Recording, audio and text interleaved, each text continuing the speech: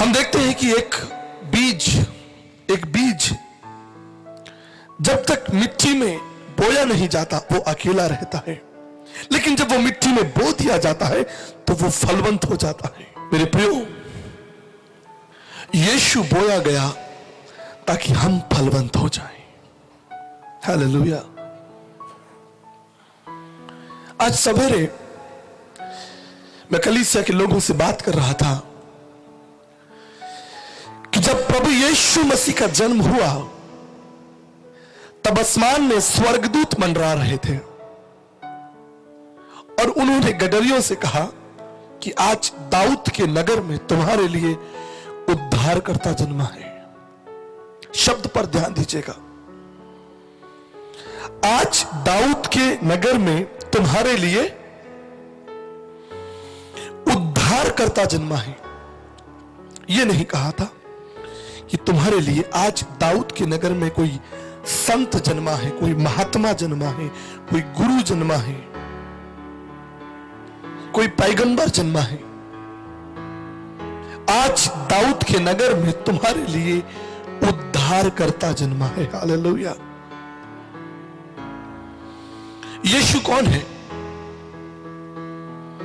यीशु मसीह वो है जो ये बाइबल कहती है। यीशु मसीह वो है जो आज की शाम मैं आपको बताऊंगा। फरिश्तों ने कहा था कि आज दाऊद के नगर में तुम्हारे लिए उद्धारकर्ता जन्मा है। आपको मालूम है, प्रभु यीशु मसीह की सेवा एक सामूहिक सेवा थी। कभी इस गांव में, कभी उस गांव में, कभी इस व्यक्ति के घर, कभी उस व्यक्ति के घर, कभी चौराहों पर, कभी बाजारों में। हमारे भारतीय समाज में कहावत है, जंगल में मोर नाचा किसने देखा। आप सब शहरों में रहते हैं, अच्छे अच्छे घरों में रहते हैं, बड़ा मुश्किल है कि आसपास कोई मोर दिखाई दे, क्योंकि जंगल मोर जो है वो जंगल में पाए जाते हैं।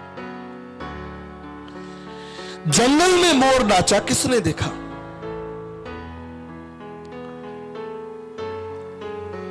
यीशु मसीह की सेवा जंगल की सेवा नहीं थी, जो किसी मुर्दे को जिंदा कर दिया तो किसी को पता ना चले, किसी अंधे को आंखें दे दी तो किसी को पता ही नहीं है।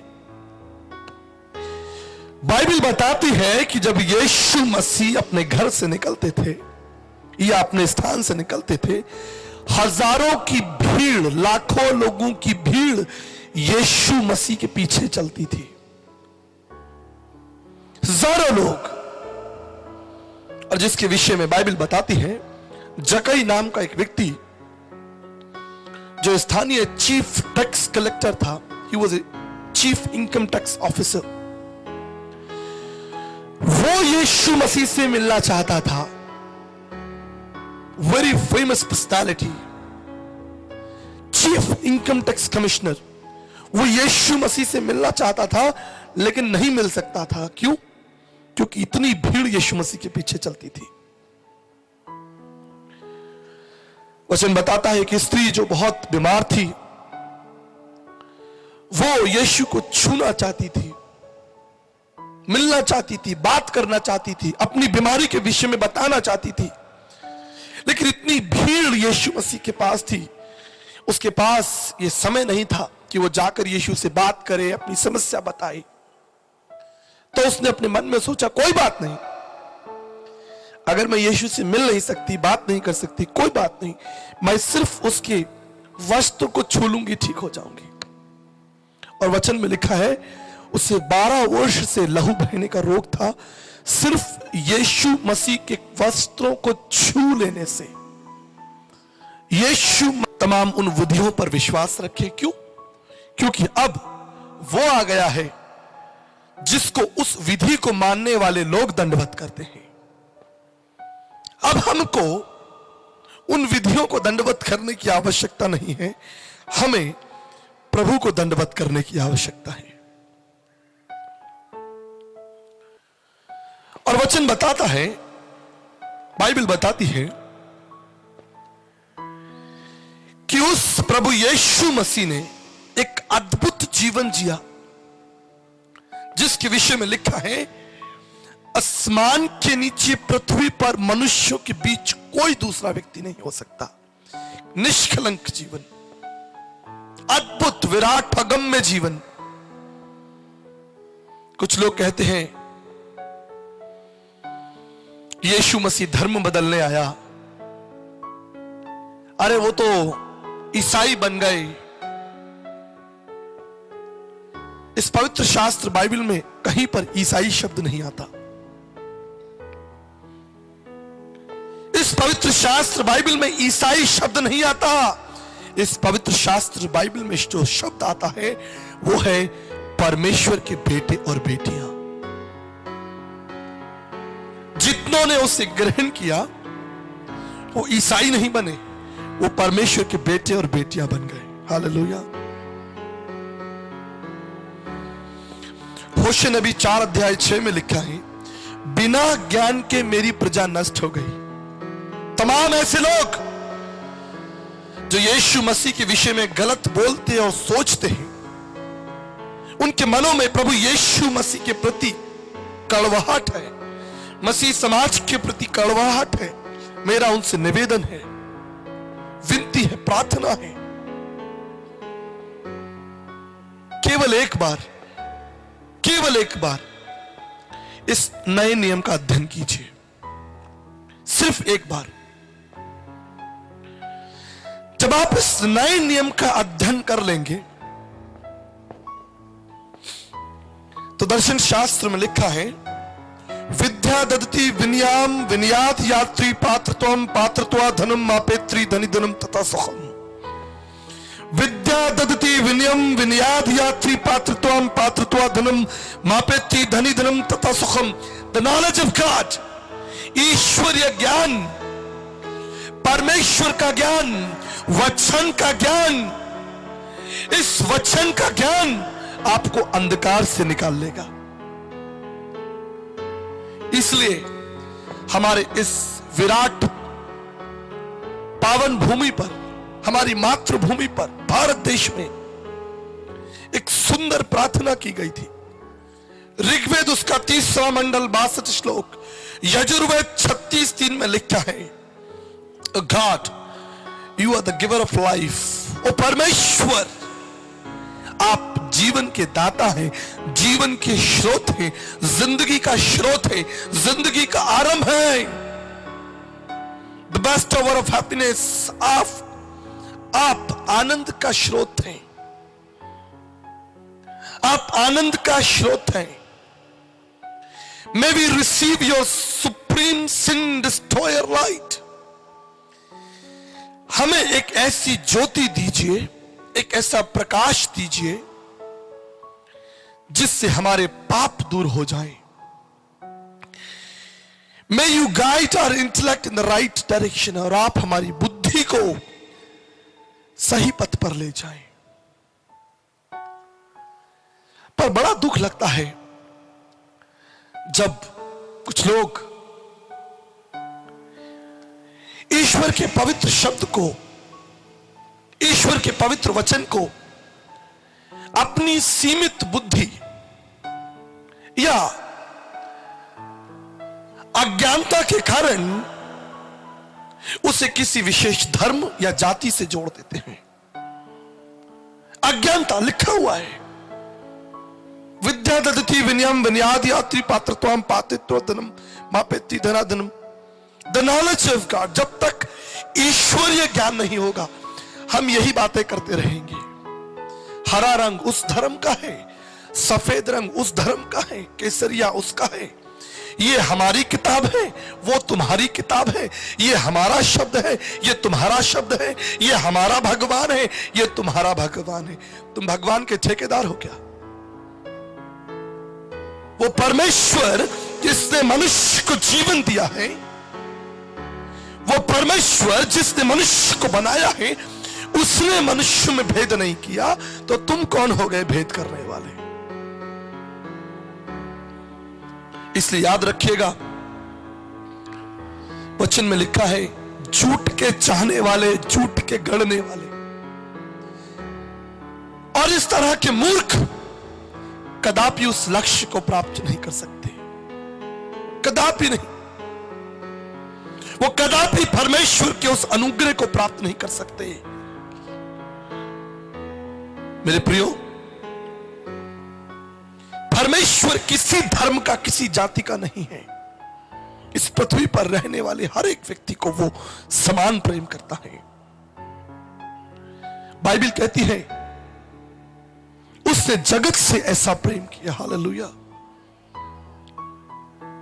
प्रार्थना की गई थी बृहदारण्यक का उपनिषद 1:3-27 पद में, अस्तमा सद्गमया तमसोमा ज्योतिर्गमय मिथ्यमा अमृतगमय। हे प्रभु, परमेश्वर हमें असत्य से निकालकर सत्य में ले चलिए, हमें अंधकार से निकालकर ज्योति में ले चलिए और हमें मृत्यु से निकालकर शाश्वत जीवन में ले चलिए। बृहदारण्यक का उपनिषद 1:3-27 पद में लिखा है। ये मनुष्य की प्रार्थना है, ये प्रार्थना परमेश्वर से की जा रही है। और बाइबल कहती है, प्रभु का वचन कहता है, परमेश्वर सब भाषाओं को जानता है। हालेलुया। कोई फर्क नहीं पड़ता कि प्रार्थना किस भाषा में की जाए, कोई फर्क नहीं पड़ता कि उस प्रार्थना में किन शब्दों का प्रयोग किया जाए। कभी कभी दुख लगता है इन सब बातों को देखकर। वो परमेश्वर जब हमें देखता है तो कहता है ये मेरे बेटे और बेटियां हैं, लेकिन जब हम एक दूसरे को देखते हैं तो हम सांप्रदायिक हो जाते हैं। हम रंग और शब्द और शास्त्रों की लड़ाई लड़ते हैं, ये तेरा है, ये मेरा है। मेरे प्रियो, चाहे हम किसी धर्म, जाति, भाषा, कुल, क्षेत्र के क्यों ना हो, याद रखिएगा एक दिन हम सब परमेश्वर के सामने खड़े किए जाएंगे और वो परमेश्वर हमारे शब्द और हमारी सोच और हमारे कामों का न्याय करेगा। वो परमेश्वर हमारी सोच, हमारे शब्द और हमारे कामों का न्याय करेगा। और कोई भी मनुष्य परमेश्वर के सामने धर्मी नहीं रह सकता। बाइबल कहती है हम सब ने अपना मार्ग ले लिया, हम सब भटक गए हैं, हम सब ने अपना अपना मार्ग ले लिया। लेकिन याद रखिए, जो मार्ग परमेश्वर तक पहुंचता है उस मार्ग को स्वयं परमेश्वर ने बनाया है। कुछ लोग कहते हैं सब मार्ग एक है भैया, आप ये वाला पकड़िए, मैं वो वाला पकड़ता हूं, वही मिलेंगे। प्रभु का वचन ये नहीं बताता, दर्शन शास्त्र ये नहीं बताता। लिखा है एकम ब्रह्म द्वितीय नास्ति, एकम सत्य द्वितीय नास्ति, ब्रह्म बिंदु उपनिषद। परमेश्वर एक है, एकम पंथा, एक पंथ है, परमेश्वर तक पहुंचने का एक मार्ग है। आपके घर में घुसने के लिए कितने दरवाजे हैं? बाइबल कहती है चोर मुख्य द्वार से नहीं आता, चोर छत पे चढ़ता है, खिड़की से आता है।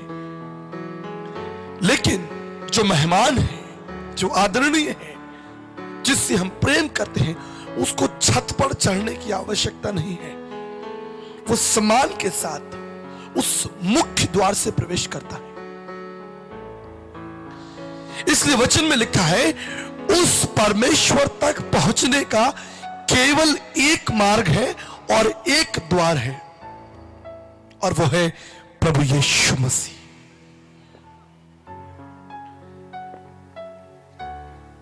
लोग कहते हैं सब एक है।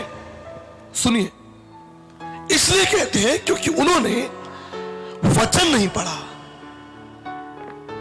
अगर वचन पढ़ा होता तो कोई ये नहीं कह सकता सब एक है। आलू के टमाटर के ठेले पे खड़े होते हैं, अपनी बड़ी बड़ी आंखें खोलकर टमाटर और आलू को चुनते हैं। क्यों? क्योंकि उस भीड़ में पुराने सड़े हुए टमाटर भी और सड़े हुए आलू भी रखे। तब आप आंख बंद करके ये नहीं कहते कोई भी ले लो, सब एक है। टमाटर, भिंडी, आलू चुनने के लिए आप अपनी समझ, अपनी बुद्धि, अपने विवेक का इस्तेमाल करते हैं। लेकिन जब ईश्वरीय पंथ की बात आती है, परमेश्वर की बात आती है, सब एक है। ये आलसियों की पहचान है। जो व्यक्ति ये बात बोलता है सब एक है, मैं कहता हूं वो एक आलसी प्राणी है। मेहनत नहीं करना चाहता, ढूंढना नहीं चाहता, प्रयास नहीं करना चाहता। कई बार हम एक छोटा सा खेल देखते हैं जो अखबार में आता है, रास्ता ढूंढो। मालूम है आपको कितने लोगों ने खेला है? हाथ उठाइए। रास्ता ढूंढो अखबार में आता है, मैगजीन में आता है। हम देखते हैं कि उस गेम में, उस खेल में घुसने के लिए, आरंभ करने के लिए, प्रारंभ करने के लिए 3 या 4 मार्ग होते हैं। 3 या 4 मार्ग होते हैं, लेकिन उनमें से केवल एक मार्ग है जो आपको निकास तक लेकर जाता है। बाकी दूसरे 3 जो मार्ग हैं या जो 2 मार्ग हैं वो थोड़ी दूर पर जाकर रुक जाते हैं, अटक जाते हैं, बंद हो जाते हैं। इसलिए मैं आपको सचेत करना चाहता हूं कि आरंभ में आपको सब मार्ग एक लगेंगे, लेकिन जिंदगी के अंतिम क्षणों में या जिंदगी के बाद आपको अफसोस होगा।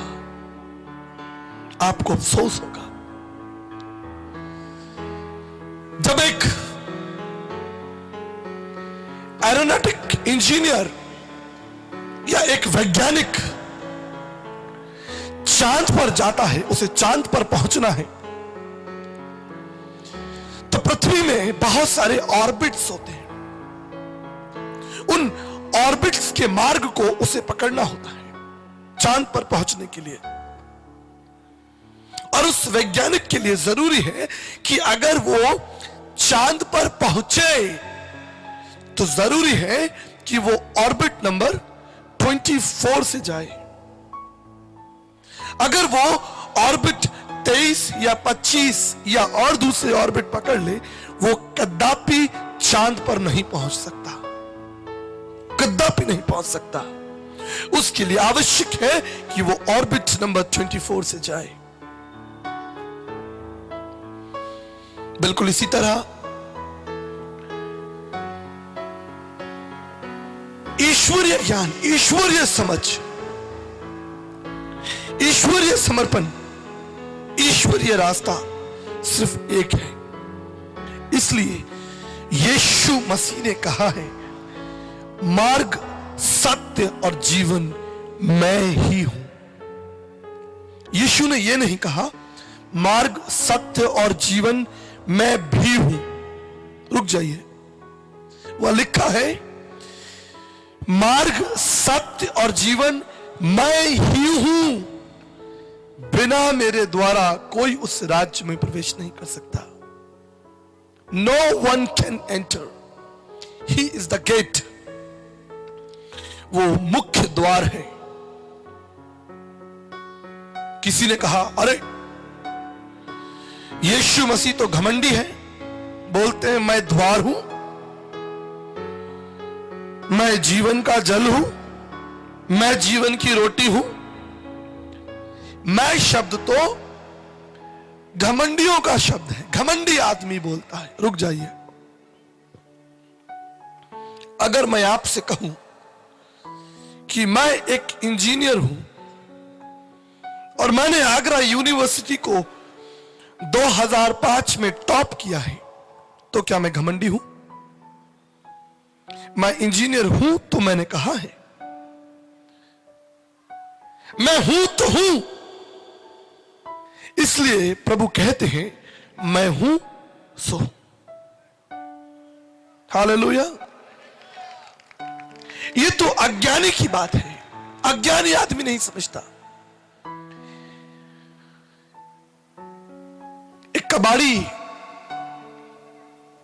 सड़क पर जाए और उसे कांच का टुकड़ा मिल जाए, वो तो सोचेगा कांच है। लेकिन कहावत है कि जौहरी ही केवल हीरे को परख सकता है। समझ, the knowledge, the right understanding is important. प्रदर्शकों, हम धन्यवाद देना चाहते हैं इस समय जब आप यीशु सत्संग कार्यक्रम को टीवी पर देख रहे हैं। बहन मोनिका भूटानी ने इस प्रोग्राम को आप तक पहुंचाने में हमारी आर्थिक सहायता की है। हम इस परिवार को प्रभु यीशु मसीह के नाम से ब्लेस करते हैं। साथ ही बहन ने हमें कुछ प्रार्थना निवेदन दिए हैं जो हम आपके सामने रखना चाहते हैं ताकि हम मिलकर प्रार्थना करें। हम सबसे पहले प्रार्थना करना चाहते हैं बहन मोनिका के पिताजी के लिए जो कि बैक पेन से, पीठ के दर्द से ग्रसित हैं। हम प्रार्थना करते हैं कि प्रभु अपनी चंगाई के हाथ को उनके ऊपर रखे और वो इससे छुटकारा पाएं। हम प्रार्थना करना चाहते हैं उनके बेटे सुभाशीष के लिए जो कि एक फिल्म डायरेक्शन में अपने कैरियर को देख रहे हैं। हम प्रार्थना करते हैं कि परमेश्वर उनके कैरियर को ब्लेस करे और उनके जीवन में बहुत बड़ी आशीष हो। हम प्रार्थना करना चाहेंगे कि परमेश्वर उन्हें एक अच्छा लाइफ पार्टनर भी दे ताकि दोनों ये पति पत्नी मिलकर प्रभु के पीछे चलें और प्रभु के नाम को महिमा और आदर दे सके। हम प्रार्थना करना चाहेंगे बहन के भाई के लिए मिस्टर परनीत और उनकी वाइफ प्रीति के लिए कि परमेश्वर संतान की आशीष देकर उनके परिवार को पूरा करे और आशीष दे। साथ ही प्रार्थना करना चाहेंगे हमारे तमाम दर्शकों के लिए जो आप टीवी पर कार्यक्रम को देख रहे हैं। अगर आपकी कोई समस्या है, कोई दिक्कत है आपके परिवार में, आपकी बिजनेस में, आपके काम में, आपके स्वास्थ्य में, मैं विश्वास करता हूँ कि हमारा परमेश्वर सृजनहार परमेश्वर, उसने हमको बनाया है और हमारा जीवन उससे आरंभ होता है। अगर हम विश्वास के पास उसके पास लौटे, निश्चित वो हमें छुटकारा देगा। इसलिए आइए हम प्रार्थना में उससे मांगे क्योंकि उसने आप हमसे कहा है हम प्रार्थना करें क्योंकि वो हमारी प्रार्थनाओं का उत्तर देने में योग्य और सक्षम प्रभु है। आइए हम मिलकर प्रार्थना करें। प्रभु परमेश्वर, मैं धन्यवाद देना चाहता हूँ बहन मोनिका भूटानी के लिए। पिता परमेश्वर, उन्होंने इस कार्यक्रम को आर्थिक सहायता देकर पिता पूरे देश में ब्रॉडकास्ट करने में हमारी मदद की है। हम बहन को, उनके परिवार को ब्लेस करते हैं। विशेष रूप से उनके पिताजी के लिए प्रार्थना करते हैं पिता, जो भी पीठ का दर्द है पिता, यीशु मसीह के नाम से हम उस दर्द को प्रभु जी आज्ञा देते हैं कि वो यीशु मसीह के नाम से उनके शरीर को छोड़ दे पिता, और प्रार्थना करते हैं प्रभु जी एक स्वस्थ शरीर से प्रभु जी वो आपकी महिमा कर सके। हम प्रार्थना करना चाहते हैं प्रभु जी बहन की बेटी के लिए जो फिल्म डायरेक्शन में अपने करियर को देख रहे हैं पिता परमेश्वर, आप उनके करियर को ब्लेस करें, उनके द्वारा प्रभु जी अपनी महिमा लें, उन्हें एक अच्छा लाइफ पार्टनर दे पिता परमेश्वर ताकि पति पत्नी मिलकर आपकी महिमा कर सके। हम प्रार्थना करना चाहते हैं पिता परमेश्वर उनके भाई मिस्टर परनीत के लिए पिता, बहन प्रीति के लिए प्रभु जी आप संतान की आशीष देकर उनके परिवार को पूरा करें, उनके कुटुंब को आशीष दे पिता, क्योंकि आप आशीष के स्रोत हैं प्रभु परमेश्वर। हमारी प्रार्थना है इस परिवार को आप बहुत ब्लेस करें पिता परमेश्वर, आशीष दे पिता, और इनके सब मनोरथों को पूरा करें अपने वचन के द्वारा। साथ ही प्रार्थना करना चाहते हैं हमारे तमाम दर्शकों के लिए जो टीवी पर देख रहे हैं पिता, अगर कोई बोझ से दबा है, कोई समस्या है, कोई बीमार है पिता परमेश्वर, पढ़ाई लिखाई में, बिजनेस में, घर में किसी भी प्रकार का कोई क्लेश है, कोई दुख है पिता, हम आपकी ओर लौटते हैं प्रभु, क्योंकि आप सच में जीवित और सामर्थ्य परमेश्वर हैं। आप हमारी प्रार्थनाओं की ओर कान लगाने वाले परमेश्वर हैं। आप प्रभु जी हमें दया की दृष्टि से देखने वाले, हम पर तरस खाने वाले परमेश्वर हैं। इसलिए पिता हम विश्वास के साथ आपके पास आते हैं और इस प्रार्थना को यीशु मसीह के नाम से मांगते हैं, आमीन। तो दर्शकों, हम धन्यवाद करना चाहते हैं यीशु सत्संग कार्यक्रम के साथ बने रहने के लिए। हमने लगभग 3 साल तक इस कार्यक्रम को टीवी पर प्रसारित किया ताकि प्रभु के नाम को हम भारत के कोने कोने तक ले जाएं। हम धन्यवाद करना चाहते हैं हमारे तमाम सहयोगियों के लिए, विशेष रूप से आपके लिए, आपने हमारे लिए प्रार्थनाएं की। आगे भी हम आपका सहयोग चाहते हैं इस कार्यक्रम को टीवी पर जारी रखने के लिए। हमें आपकी विशेष मदद चाहिए। अगर आप इस कार्यक्रम को ब्लेस करना चाहते हैं, आप हमारे पार्टनर बनना चाहते हैं, आप हमें ज़रूर लिखें, हमें फ़ोन करें, हमें ईमेल लिखें, ताकि मिलकर आपका और हमारा परिश्रम मिलकर एक साझेदारी के साथ भारत देश में प्रभु के महान कार्य को आगे लेकर जा सके। हमारा विश्वास है कि एक दिन हमारा देश प्रभु यीशु मसीह के महान प्रेम और बलिदान को जानेगा। तब तक जय यीशु, जय भारत। प्रभु आपको आशीष दे। God bless.